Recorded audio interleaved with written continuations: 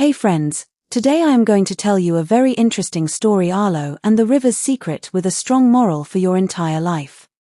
In the valley of whispering willows, the river hummed a silver tune. Arlo, a boy with a heart as curious as a cat's, was skipping stones along the bank. Suddenly, something caught the light. Nestled between two mossy rocks was a stone unlike any other. It was a deep, shimmering sapphire blue, glowing with a soft, internal light. Arlo picked it up, and it felt warm in his palm, pulsing like a tiny heartbeat. Imagine the treasures I could get for this, Arlo whispered to himself. He thought of the carved wooden horses at the market and the jars of honey drops he could never afford. A tiny squirrel named Pip chattered from a low branch, tilting his head as if asking what Arlo had found. Arlo quickly tucked the stone into his pocket, feeling a strange flutter of guilt in his stomach. As Arlo walked toward the village, he saw a shadow moving near the picket fence of a small, crooked cottage. It was Hazel, the oldest woman in the valley. She was bent low, her hands trembling as she brushed away leaves and dirt from the path.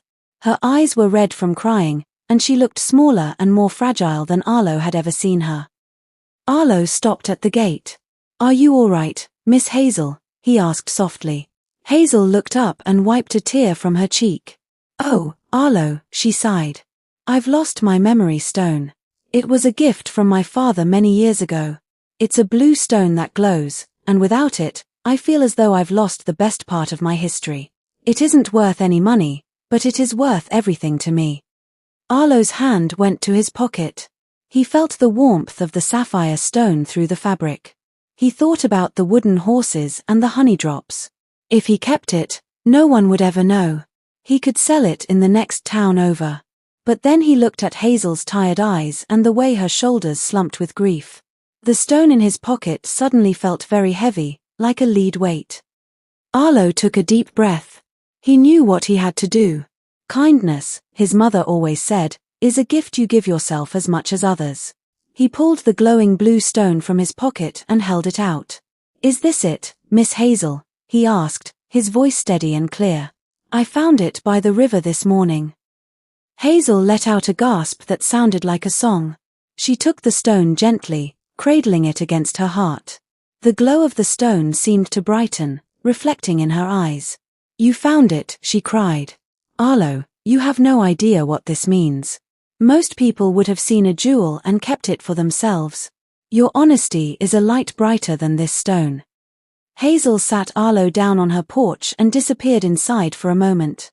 She returned with 2 steaming mugs of peppermint tea and a plate of warm oat cakes. "Since you brought back my memories," she said, "I shall share them with you." As she touched the stone, it projected a shimmering image into the air, a scene of a great mountain range she had climbed as a girl. Arlo spent the whole afternoon listening to stories of distant lands and ancient forests. He realized that no wooden horse or honey drop could ever be as wonderful as the feeling in his chest right now. By being honest, he hadn't just returned a stone, he had gained a friend and a world of stories. He felt light, as if he could fly back home. From that day on, Arlo visited Hazel every week. He helped her tend her garden, and in return, she taught him that the most valuable things in life aren't things at all. They are the truths we tell and the kindness we show. Arlo learned that while a stone can glow, a person's integrity shines much, much brighter. If you like the story, please like, share and subscribe to the channel. Stay tuned for more.